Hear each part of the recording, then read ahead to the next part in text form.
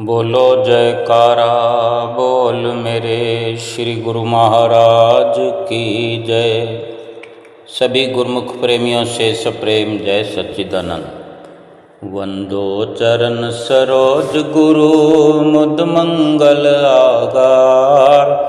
जय सेवत नर होत हैं भव सागर से पार। गुरु जी के सुमिरन मात्र से नासत विघ्न अनंत।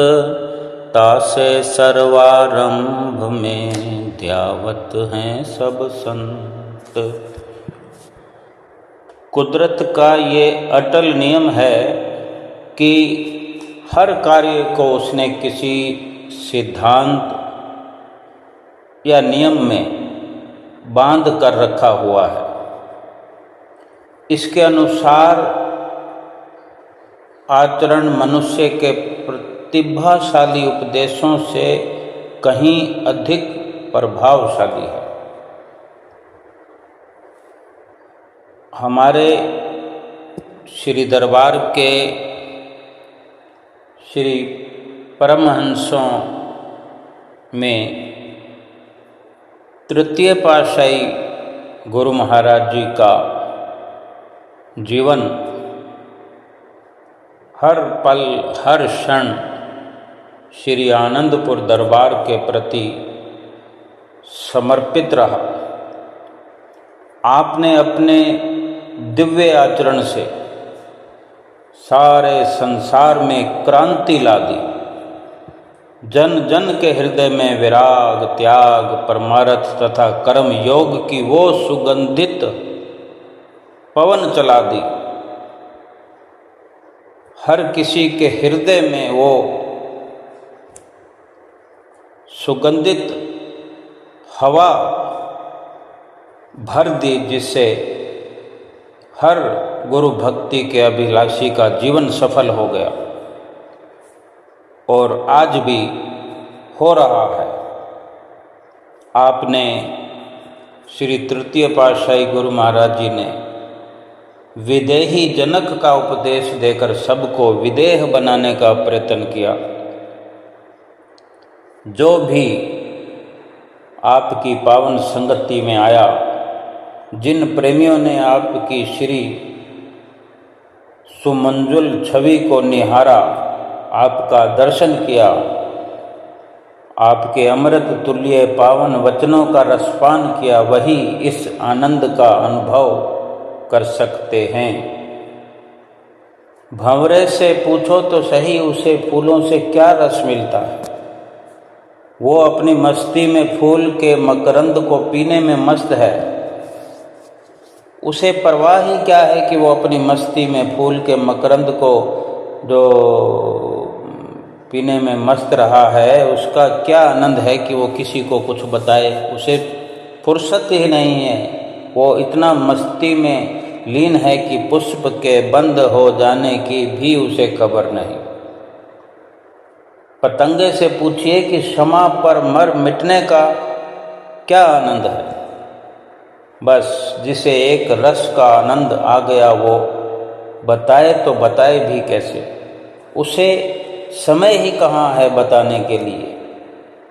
इसी प्रकार ही आपकी सुंदर कांति युक्त उषा की प्रफुल्ल लालिमा के समान, जबकि नील गगन स्वर्णिम आभा से आलोकित होता है, ऐसी दिव्य सुषमा का श्री दर्शन करने से तथा श्री मुख से अमृत प्रवचन सुनकर हृदय में भक्ति प्राप्त करने की तरंगें अपने आप ही लहराने लगती है।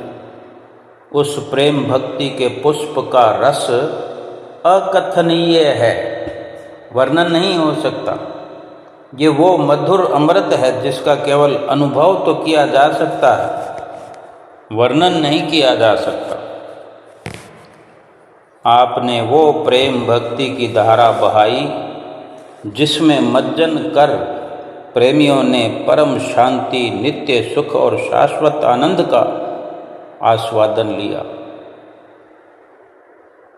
नारद भक्ति सूत्र के 5वें सूत्र में वर्णन आता है कि इस प्रेम स्वरूपा भक्ति को पा लेने से मनुष्य को किसी वस्तु की फिर इच्छा नहीं रह जाती।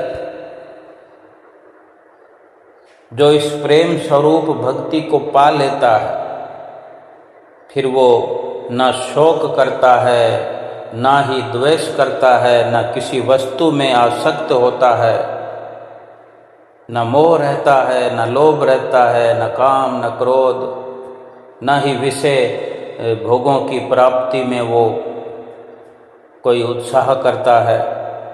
आपने ऐसी अमूल्य निधि की प्रेमियों को प्रदान की, ऐसी अनमोल भक्ति की निधि प्रदान की प्रेमियों ने, जिसे पाकर संसार की झिलमिलाती माया से किनारा कर लिया।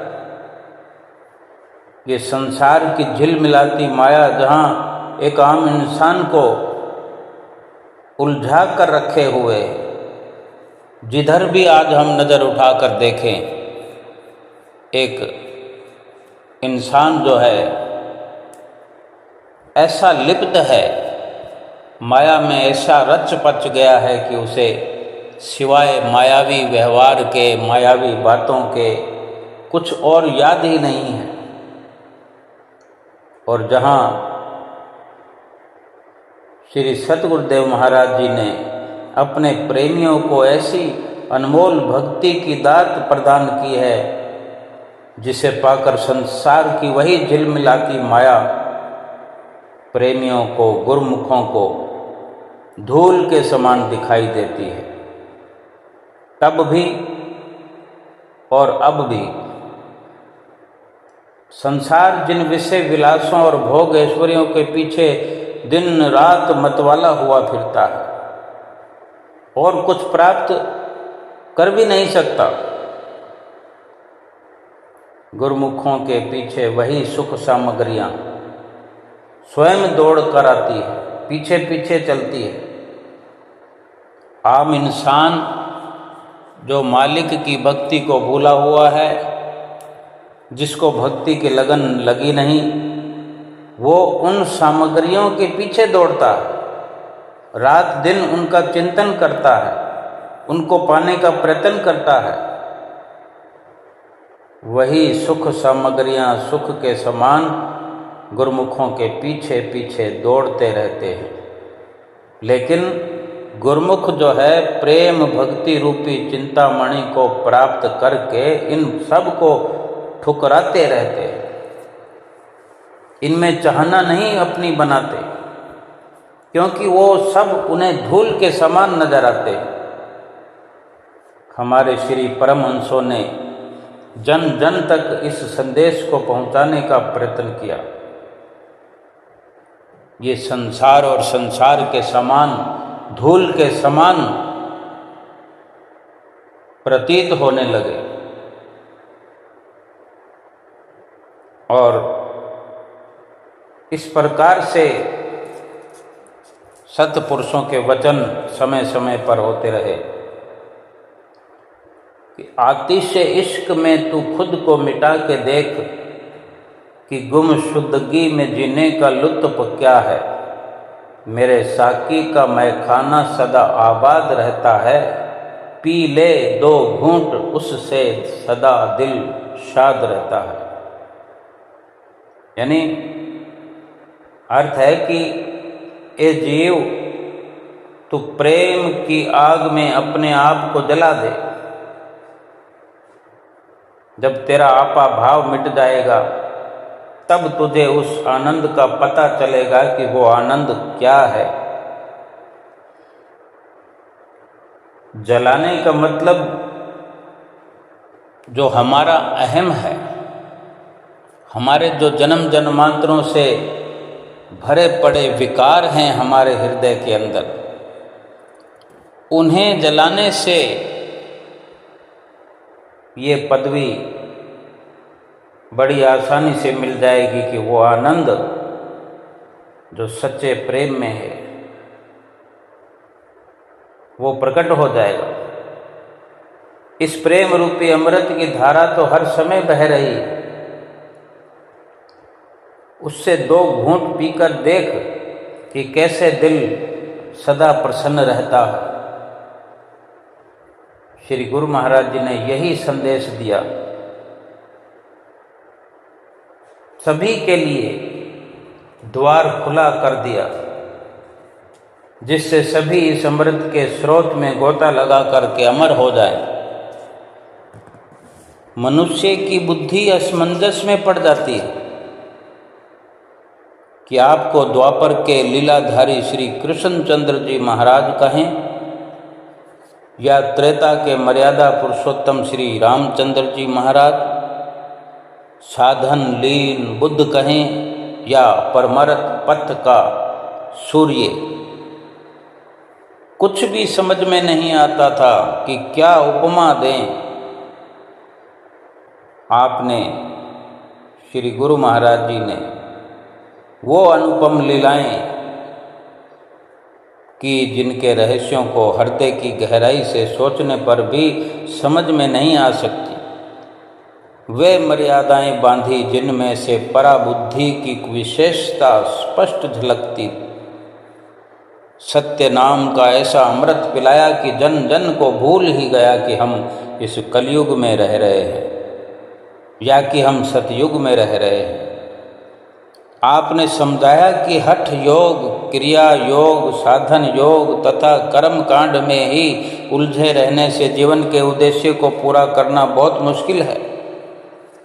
जिन साधनों को संसार करता है वो बड़े कठिन साधन है। आपने श्री परमहंस अवतार श्री तृतीय पातशाही महाराज जी ने सुरत शब्द योग और राजयोग को ही सर्वोत्तम योग बतलाया, जिससे जीवन को पूर्ण रूप से सफल कहा जा सकता है। आपने सबके लिए गीता के कुछ उपदेशों को भी जरूरी बताया।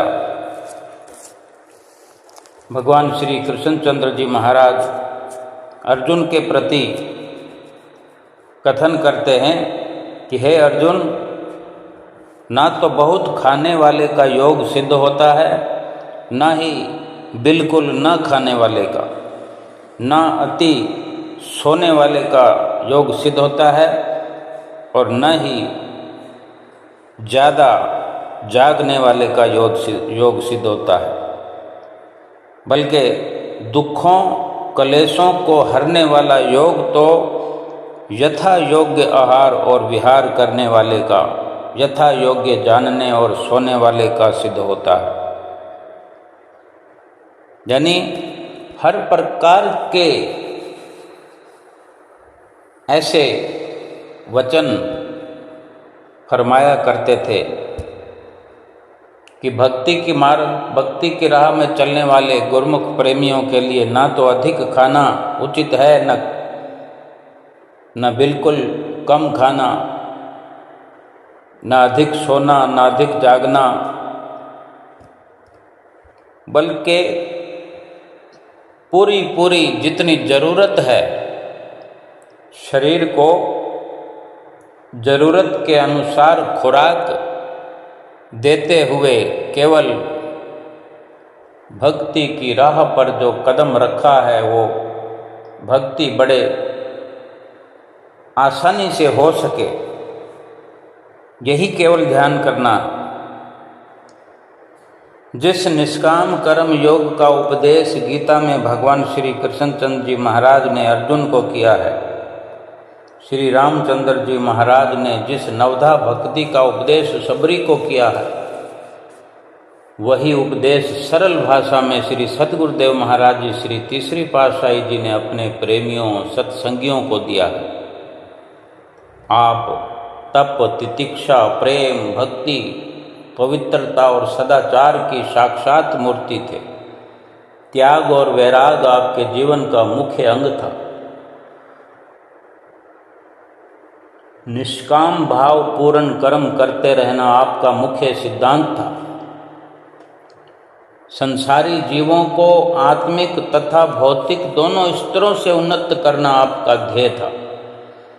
आपके कर्म प्रधान जीवन की रहनी सहनी, गंभीर प्रकृति, सद्व्यवहार, मधुर भाषण, सरल स्वभाव का गहरा प्रभाव सभी शिष्यों, सेवकों और सत्संगियों गुरुमुखों पर पूर्ण रूप से पड़ा। आपके कार्यशील स्वभाव से सभी अपने आप ही खींचे चले आते। आपकी वाणी में ऐसा जादू था कि एक प्रवचन से सभी मंत्र मुग्ध हो जाते, दिशाएं घूमने लगती, प्रकृति स्तब्ध सी हो जाती, प्रेम का सागर उन्मत्त हो उठता, दिल प्रसन्नता तथा आनंद की पयोनिधि में तरंगित होने लगता, समुद्र में लहरों की तरह उठने लगता। जो एक बार भी आपकी ओर आकृष्ट हुआ वो तार से बंधी हुई कठपुतली के समान खींचा चला आता। आप में सर्व हृदय विजयी चुंबकीय आकर्षण शक्ति, मलय पवन सी सुगंध भर देने का गुण, स्वयं पारस के जैसे काया पलटने का गुण विद्यमान था। मलयागिरी पर आबनूस, सागौन, चीड़ आदि वृक्ष होते हैं। जब हवा चलती है तो आसपास के सभी वृक्ष उसकी सुगंध से चंदन रूप बन जाते हैं। उनमें से भी चंदन की सुगंध आने लगती है और उस चंदन के भाव वो लकड़ी भी बिकनी शुरू हो जाती है। उस एक वृक्ष ने सब वृक्षों में वो सुगंध भर दी तो संपूर्ण पर्वत चंदन के पहाड़ के शुभ नाम से संबोधित हो गया, मलयागिरी पर्वत के नाम से संबोधित हो गया। श्री परमहंस सतगुरुदेव महाराज जी श्री तीसरी पातशाही जी ने निराले ढंग से जिज्ञासुओं को आकर्षित किया। आपने सेवकों को सतगुरु आज्ञा, सतगुरु सेवा तथा भक्ति की प्राप्ति का सरल तथा अति उत्तम साधन दर्शाया। जन कल्याण हेतु प्रेम, दया, करुणा के भंडारी बन जन जन को इस सत्संग रूपी पावन भागीरथी में मदन कराया तथा शरणागतों को स्वावलंबी कर्म योगी बनाने का निराला ढंग बताया। प्रेम, करुणा, स्नेह, कृपा के इस मूर्तिमान स्वरूप पर यदि लोग अपना तन प्राण लुटाने को और अनेक प्रकार से निछावर होने को सदैव तैयार रहते तो इसमें आश्चर्य करने और हैरान होने की बात ही क्या है। आप स्वयं निज मुख से फरमाते थे, हमने भी जो कुछ प्राप्त किया है वो सब सतगुरु सेवा से ही प्राप्त किया है। सेवा आधि भौतिक, आधि दैविक, आध्यात्मिक रोगों की दवा है। जो सतगुरु आज्ञा करें जीव उसको अपनी संपदा समझकर उन वचनों पर प्राणपन से जुट जाए तो कौन सी ऐसी शक्ति है जो उसके सामने झुक ना जाए। यानी समस्त शक्तियाँ, सभी की सभी शक्तियाँ, संसार की बल्कि तीनों लोकों की सभी ताकतें सतगुरु के सेवक के सामने हाथ बांध कर खड़ी हुई है। इसी कथन की पुष्टि आपने इस प्रकार भी की। शेख शादी साहब का एक शेर है, ये वर्णन हुआ कि हर की खिदमत कर्द ओ मखदूम शुद्ध, हर की खुद रा दीद ओ महरूम शुद्ध। शेख शादी साहब जी का कथन है कि जिसने भी सेवा की वो मालिक बन गया, जिसने अपने आप को देखा अपने आप को देखता ही रह गया, वो खाली का खाली रह गया। यानी जिसने भी संत महापुरुषों की सेवा की है, जिसने आज्ञा को सन्मुख रख करके सेवा के लिए हर वक्त तैयार रहा है और सेवा करने में जुट गया है वो संसार के लिए पूजनीय बन गया, पूजनीय बनता रहा है। परंतु जो अपने आप को देखता रहा, अर्थात मान गुमान में भरकर किसी के आगे झुकना पसंद नहीं किया, किसी प्रकार की आज्ञा को सन्मुख नहीं रखा, वो उन समस्त गुणों और विशेष लाभों से खाली का खाली रह गया जो कि सेवा के परिणाम में प्राप्त होते हैं। आप मानवीय गुणों से परे एक दिव्य विभूति थे, फिर भी मानव बुद्धि मानव गुणों के अनुसार ही केवल देख या परख सकती है। उसी अनुरूप ही गुणों को कुछ स्तर तक लेखनी द्वारा वर्णित कर देती है। मानव बुद्धि पर्याप्त नहीं आपके गुणों को देखने के लिए, लेकिन अपनी मानव की अपनी बुद्धि अपने अनुसार से ही देख परख सकती है और उसी के अनुसार लेख लिखा जाता है, गुणों का वर्णन किया जाता है। इसके अनुसार महानता और पवित्रता ये दोनों विलक्षण गुण आप में विद्यमान थे। हालांकि इन दोनों में कोई मौलिक भेद नहीं, तो भी इन दोनों गुणों का मिश्रण मनुष्य में बहुत कम होता है। इसका सरलार्थ यह है कि बुद्धिमान, विचारवान तथा प्रतिभावान तो संसार में बहुत मिलते हैं, परंतु सच्चे परिपूर्ण संत महापुरुष कोई कोई विरले अलभ्य हैं। इस प्रकार के दिव्यतम गुणों से विभूषित सजे हुए थे हमारे प्रातः स्मरणीय अभिनंदनीय श्री श्री 108 श्री परमहंस अवतार जी महाराज श्री तृतीय पातशाही जी। ऐसे सत्पुरुष सृष्टि में चिरकाल के उपरांत प्रकट होते हैं। ये सत्पुरुष ही वास्तविक अर्थों में सृष्टि की अमूल्य निधि हो, एक अनमोल खजाना होते हैं। यद्यपि वे नित्य अवतार होते हैं,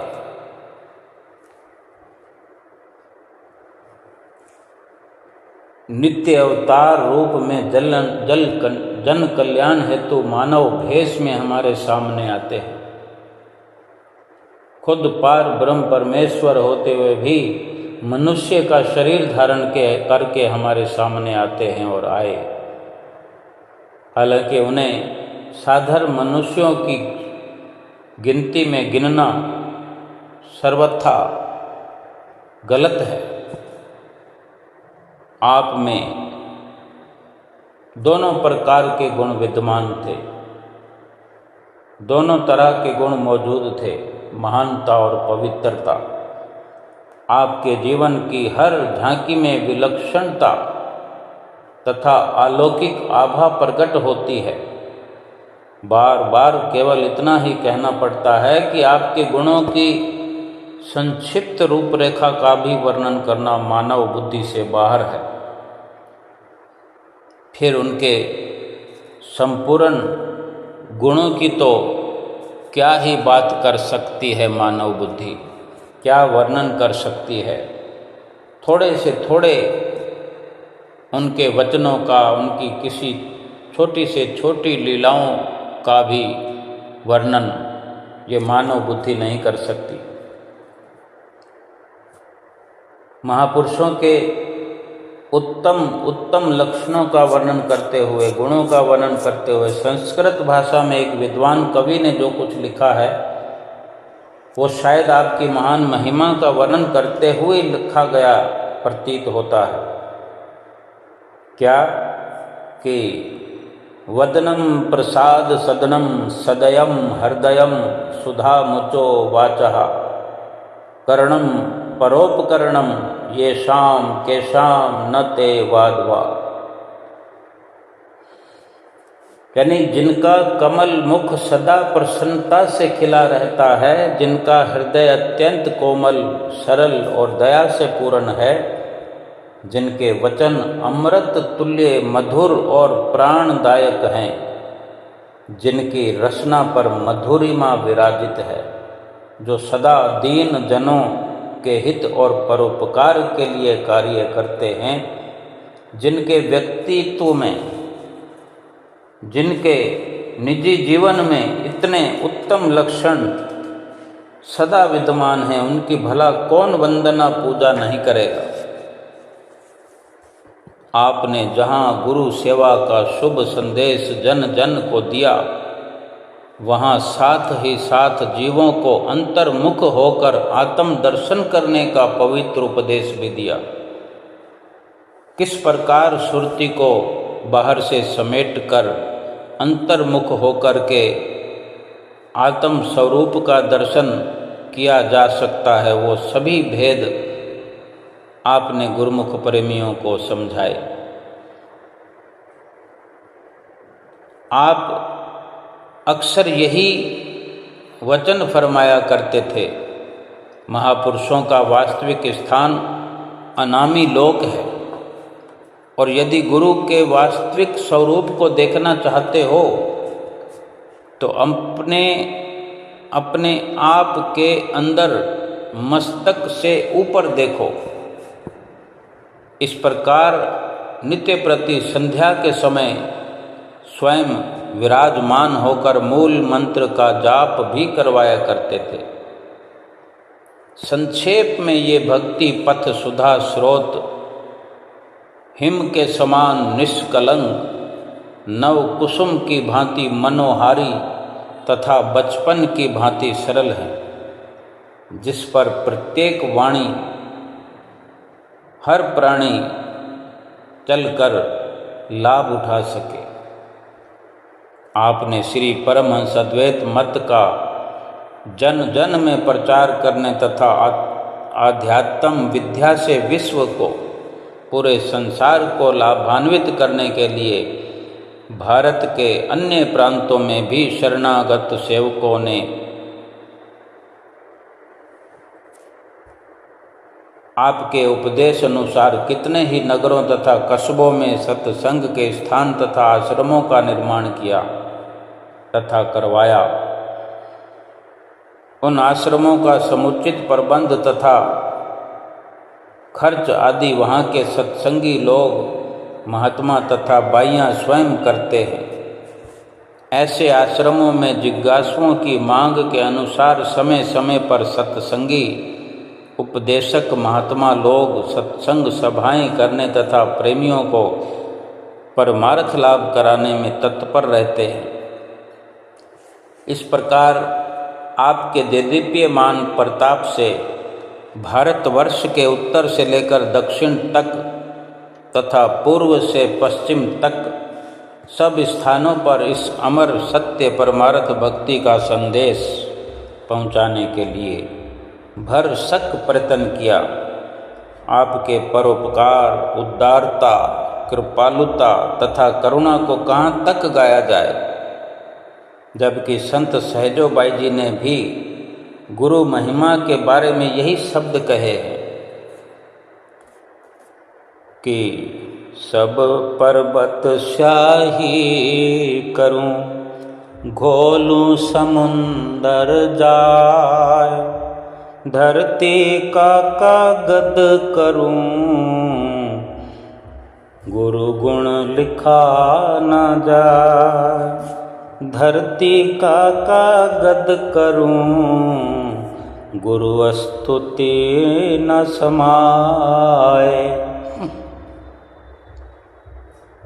संत सहजो बाई जी सतगुरु की महिमा का वर्णन करने के बारे में क्या खूब सुंदर वचन फरमाए हैं कि सभी पर्वत इस प्रकार से शाही बनाकर समुद्र में घोल दूं, धरती को कागज बना लूं, पूरी धरती को, तो भी सतगुरु का गुण लिखा नहीं जा सकता। पूरी धरती के पन्ने पर भी सतगुरु की स्तुति नहीं समा सकती। आपके उच्च महान पवित्र तथा श्रेष्ठ जीवन के आदर्श से जो किरणें प्रस्फुटित हुई, उनसे आज भी जन जन नव जीवन प्राप्त कर रहा है। आपके श्री वचन देदीप्यमान भास्कर है, जो युग युगांतरों तक पथ प्रदर्शक बनकर जीवन के अंधकार को मिटाने में समर्थ है। आपकी मधुर वाणी तथा प्रेम और मनोहारी छटा का स्मरण ही अमृत के समान है, जिसमें प्रेमी जन मज्जन कर कृतार्थ होते रहे और होते रहेंगे। आपके आशीर्वाद से ये संप्रदाय युग युगांतरों तक उन्नति के शिखर पर आरूढ़ रहेगा। श्री श्री 108 श्री सतगुरुदेव महाराज जी श्री तीसरी पातशाही जी ने जितना परमार्थ का कार्य किया, अपने जीवन में जीवन पर्यंत अंतिम श्वास तक, अंतिम पल तक वो लेखनीबद्ध नहीं किया जा सकता। उन्होंने स्थान स्थान पर सत्संग आश्रम निर्माण करवाए और केंद्रों की स्थापना की। समय समय पर उन केंद्रों में विराजमान होकर जो अमृत प्रवचन फरमाए, उन संपूर्ण प्रवचनों को लेखनीबद्ध करना अत्यंत कठिन है। उनके श्री अमृत प्रवचन उस दिव्य ज्योति की आभा हैं, जिसने घट घट में प्रकाश भर के सबको आलोकित कर दिया, और वही किरणें युग युगांतरों तक प्रेमियों के हृदय स्थल में, प्रेमियों के दिलों में सदा सदा जगमगाती रहेंगी। प्रेमी जन तथा सर्वसाधारण भी इस प्रकाश में अपना मार्ग खोजने में सफल हो सकेंगे। उनके दिव्य अमर प्रवचन सरल भाषा में भक्ति की अलौकिक मधुरिमा को लिए हुए हैं, जिनसे प्रत्येक प्राणी सन्मार्ग को सरलता से ग्रहण कर सकता है तथा अपने जीवन को श्रेष्ठ कर बना सकता है। उन श्री मुख प्रवचनों में से कुछ श्री अमृत प्रवचन भी यहाँ दिए गए हैं, जिन पर आचरण करके प्रेमी जन जीवन का कल्याण कर सकते हैं। अगर आज थोड़े से थोड़े वचनों पर भी अमल करें, किसी एक दो लाइनों पर भी अगर हम विचार करें, अपना जीवन अमली बनाना चाहें, जीवन को सफल करना चाहें, तो ये प्रवचन विशेष हैं जो आपने अपने जीवन काल में फरमाए कि यदि किसी जीव में बिना भक्ति के अनेक अनेक गुण हों, तो वो सब जितने भी गुण हैं, बिना भक्ति के जितने भी गुण हैं, एक भक्ति वाला गुण ना हो किसी में और अनेकों गुण हों, भरा पड़ा हो कोई जीव गुणों से, लेकिन उसमें भक्ति वाला गुण नहीं है, भक्ति विशेष उसके हृदय के अंदर नहीं है, भक्ति को उसने धारण नहीं किया है। भक्ति में वो सब कुछ आता है जो नित्य नियम हमें सिखाए समझाए जाते हैं, वो सब कुछ भक्ति में आ गया। श्री आरती पूजा से लेकर भजन सुमरन तक, यानी ये भक्ति ना हो और अनेक अनेक युग हों, गुण हों, अनेकों गुण हों, तो भी सत्पुरुषों की नज़र में वो गुण जो है कौड़ियों के समान है, बल्कि कौड़ियों के बराबर भी नहीं है। और यदि केवल एक भक्ति का गुण हो तो वो अनेकों अनेकों गुणों से भी कहीं बढ़कर है। भाव ये कि अगर कोई इंसान नादान हो, अनसमझ हो, किसी प्रकार का गुण ना हो, लेकिन भक्ति उसके दिल में मौजूद है, आज्ञा की पालना में तत्पर है, जिस प्रकार हम रोज सुनते हैं कि हमारे श्री परमहंसों ने सदा ही हमें ये रास्ता भक्ति परमार्थ का जो दिखाया है, इस पर हमें चलाया है, हमेशा समझाते रहे। और आज भी हजूर गुरु महाराज जी हमें रोज समझाते हैं 5 नियमों की पालना के बारे में। श्री आरती, पूजा, सेवा, सत्संग, सुमरन, दर्शन, ध्यान और साथ में 2 घंटे भजन सुमरन। ये अगर कोई गुरमुख प्रेमी करता है, वो विद्वानों का विद्वान है, वो महान से महान है। उसके आगे इस लोक की भी नहीं बल्कि तीनों लोकों की समस्त शक्तियां उसके साथ होती हैं। जो सत्पुरुषों के वचनों पर अमल करता है और जो उनकी आज्ञा व मौज पर चलता है, श्री दरबार की पावन सेवा करता है, श्री आरती पूजा दोनों समय करता है, सत्संग से जुड़कर रहता है, श्री दर्शनों का रसपान करता है, अपने मस्तक पर सतगुरु का दर्शन करने के लिए हर वक्त व्याकुल रहता है और करने का प्रयत्न करता रहता है, भजन सुमरन करता है, सतगुरु की आज्ञा में हर वक्त तत्पर रहता है। फिर चाहे उसके अंदर और कोई संसार के गुण ना हो, कोई किसी प्रकार की विद्वानता ना हो, लेकिन वो विद्वानों का भी विद्वान है, धनवानों का भी धनवान है, जिसके पास भक्ति धन है। यानी संत महापुरुष शारीरिक गुणों को नहीं देखते, अक्ल और बुद्धि वाले गुणों को नहीं देखते, वे केवल भक्ति के गुणों को ही देखते। उनकी नज़र में भक्ति का गुण ही सबसे उत्तम गुण है। केवल श्री परमहंसों ने ही नहीं ये वचन फरमाए, बल्कि ये श्री रामायण जी में भी कथन आया है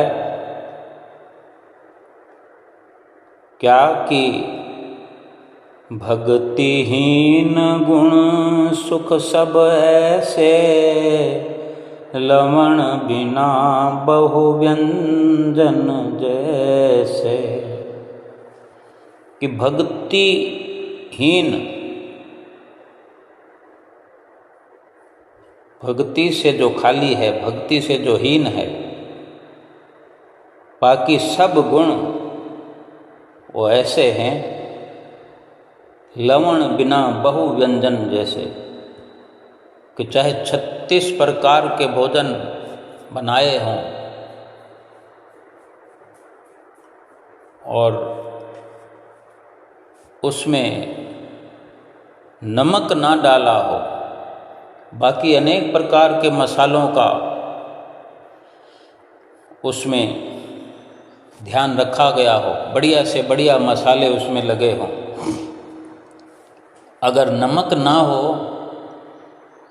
एक हल्की सी, एक छोटी सी बात से हम विचार कर लेते हैं, रोज़ हम अनुभव करते हैं, रोज़ का रोज़ 2-3 बार दिन में भोजन ग्रहण करते हैं। सुबह नाश्ता भी करते हैं, दोपहर को भोजन करते हैं, रात्रि में भोजन करते हैं, थोड़े से थोड़ा भी भोजन करते हैं, चाहे दाल रोटी भी खाते हैं। 36 पदार्थ को छोड़ो, एक दाल का भी सेवन करते हैं, उसमें चाहे कुछ भी मसाले का प्रयोग करें, लेकिन जो नमक का प्रयोग केवल हो जाए तो फिर किन्हीं मसालों की भी अधिकता की ज़रूरत नहीं है। और बहुत कुछ मसालों का प्रयोग किया जाए और एक नमक ना हो, किस प्रकार हम सेवन करते हुए मुंह बनाते हैं कि नमक फीका है, फीका है तो भी समझने की बात है, लेकिन यहाँ पर जिक्र हुआ है कि बिना नमक के जैसे बहुत बहुत व्यंजन किसी काम के नहीं, बिल्कुल स्वाद रहित होते हैं, ऐसे ही बिना भक्ति के चाहे हजारों हजारों गुण हो, एक भक्ति वाला गुण ना हो तो अब समझने के लिए कुछ भी बाकी नहीं रहता। क्योंकि महापुरुषों की नज़र में उस इंसान के जो बाकी गुण हैं वो कौड़ियों के बराबर भी नहीं है, यानी किसी लेखे में नहीं। और संत महापुरुष तो स्वयं परमात्मा का ही रूप है।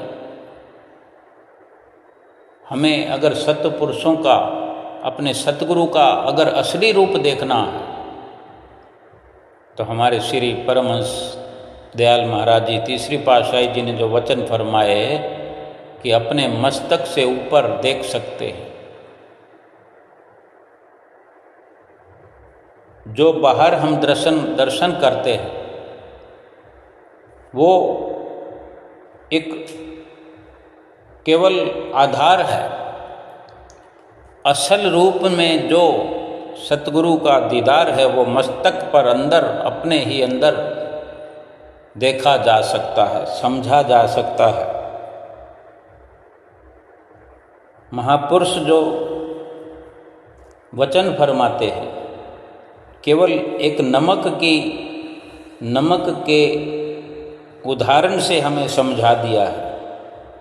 और ये केवल सत्पुरुष हमारे श्री परमहंसों ने नहीं बल्कि रामायण में भी अपने समय में भगवान श्री रामचंद्र जी महाराज ने भी ये वचन फरमा दिए हैं कि जिस प्रकार नमक के बिना सभी व्यंजन फीके लगते हैं, बेस्वाद लगते हैं, या चांद के बिना सितारों से भरा हुआ आकाश क्या शोभा पाता है। एक तो सितारों से भरा हुआ आकाश हो और एक सितारों के साथ चंद्रमा भी साथ में अगर हम देखते हैं तो आकाश कैसे शोभायमान हो रहा होता है। इसी प्रकार ही भक्ति के साथ साथ अगर अनेकों गुण हों तो वो ऐसे प्रतीत होते हैं जैसे आकाश में सितारों के बीच में चंद्रमा विद्यमान है। और बिना अनेकों गुण, बिना किन्हीं गुणों के भी अगर एक भक्ति वाला गुण हो तो भी वो गुणवान कहलाता है, क्योंकि एक गुण ही ऐसा है ये भक्ति वाला। बिना भक्ति के अनेक अनेक गुण भी हों वो किसी काम के नहीं, क्योंकि भक्ति ही मनुष्य जीवन का एक श्रृंगार है, एक गहना है।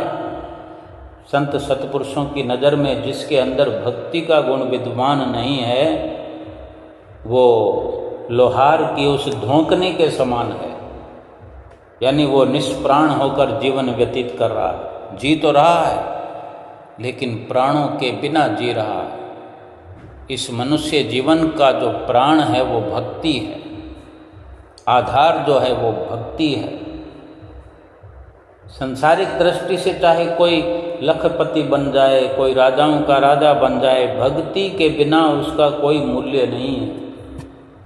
केवल हमारे श्री परमहंसों ने या श्री रामायण जी में या गीता जी में, बल्कि गुरबाणी में भी वर्णन आया है इसी भक्ति के संदर्भ में। श्री गुरु नानक देव महाराज जी ने अपनी वाणी में कथन किया है कि एक भक्ति भगवान जह प्राणी के नाही मन। एक भक्ति भगवान जह प्राणी के नाही मन, जैसे सूकर स्वान नानक मानो ताहे तन। इतने सरल शब्दों में हमें समझाया है, हम आचरण करें, अमल करें, गहराई से समझें और चल पड़ें उस राह पर गहराई से, सूक्ष्म से सूक्ष्म हल करते हुए, सूक्ष्म से सूक्ष्म समाधान करते हुए छोटी सी छोटी मर्यादा में रहकर भी हम कहाँ से कहाँ पहुँच सकते हैं। गुरु नानक देव महाराज जी फरमाते हैं कि जिसने अपने जन्म के मूल्य को ही नहीं पहचाना तो उसकी बुद्धिमत्ता, सुंदरता, कुशलता किस काम की। ये गुण तथा बुद्धिमत्ता तो उसे पिछले पुण्य कर्मों से मिल गई। जितनी भी शाणप है आज हमारे अंदर, हमारा शरीर जितना भी परिपूर्ण हमें लगता है वो सब पिछले प्रारब्ध से ही मिला हुआ है, पिछले पुण्य कर्मों से मिला हुआ है सब कुछ। आज कोई धन है, पदार्थ है, कोई योग्यता है, हमारा दिमाग ऐसे काम करता है, वैसे काम करता है, ये सब पिछले कर्मों से हमारी ये निपुणता है। यदि इस जन्म की श्रेष्ठता को हमने नहीं समझा कि ये मनुष्य जीवन की क्या श्रेष्ठता है और इस संसार के सुख उपभोगों में फंसे रहे, तो वो गुण भी चले जाएंगे और जो इस जन्म में प्राप्त किया जा सकता है, इस जन्म को किस खास मकसद के लिए प्रभु ने हमें दिया है, उस मकसद को भी पूरा किए बिना यहाँ से खाली हाथ जाना पड़ेगा। यानी संसार के सुख भोगों में अगर कोई फंसा रहता है तो वो गुण कब तक पड़े रहेंगे, उन गुणों का लाभ क्या है। भक्ति के गुण का सबसे बड़ा लाभ है कि भक्ति के श्रृंगार होने से, भक्ति का श्रृंगार होने से जीवन के असली मकसद को पाया जा सकता है। भक्ति हृदय में विद्यमान होने से काम, क्रोध, लोभ, मोह से बचा जा सकता है। निष्काम कर्म योग को किया जा सकता है और इतना सारा लाभ भक्ति के गुण से प्राप्त हो सकता है। तो सोचो भक्ति का गुण होना कितना परम आवश्यक है इंसान के जीवन में। अगर बिना भक्ति के केवल संसार के सुख भोगों में ही ये जीव फंसा रहा तो फिर समझो उसने मनुष्य जन्म का तो दुरुपयोग कर दिया। इतने अनमोल निधि का, इतनी अनमोल पूंजी का, श्वासों की पूंजी का दुरुपयोग कर दिया।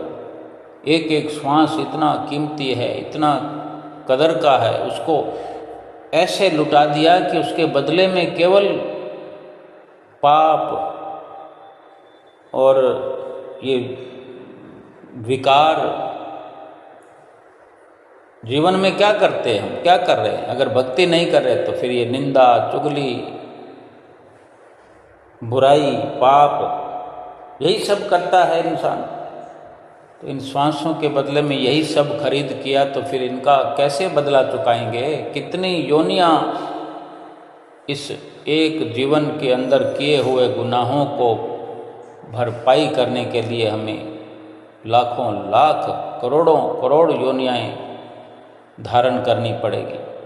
तो क्यों ना इस मनुष्य जीवन में भक्ति का गुण अपनाएं, महापुरुषों के वचनों पर चलें, यानी मनुष्य जन्म को भक्ति रूपी गुण से सुशोभित करके इस जन्म का पूरा लाभ उठाना ही सही मायने में अपने जन्म को सफल करना है। और इस जन्म को भक्ति की प्राप्ति करते हुए सफल करें, सत्पुरुषों की प्रसन्नता को प्राप्त करें और जीवात्मा का परमात्मा से मेल कराएं और सदा सदा के लिए सुख स्वरूप हो जाएं। बोलो जयकारा बोल मेरे श्री गुरु महाराज की जय।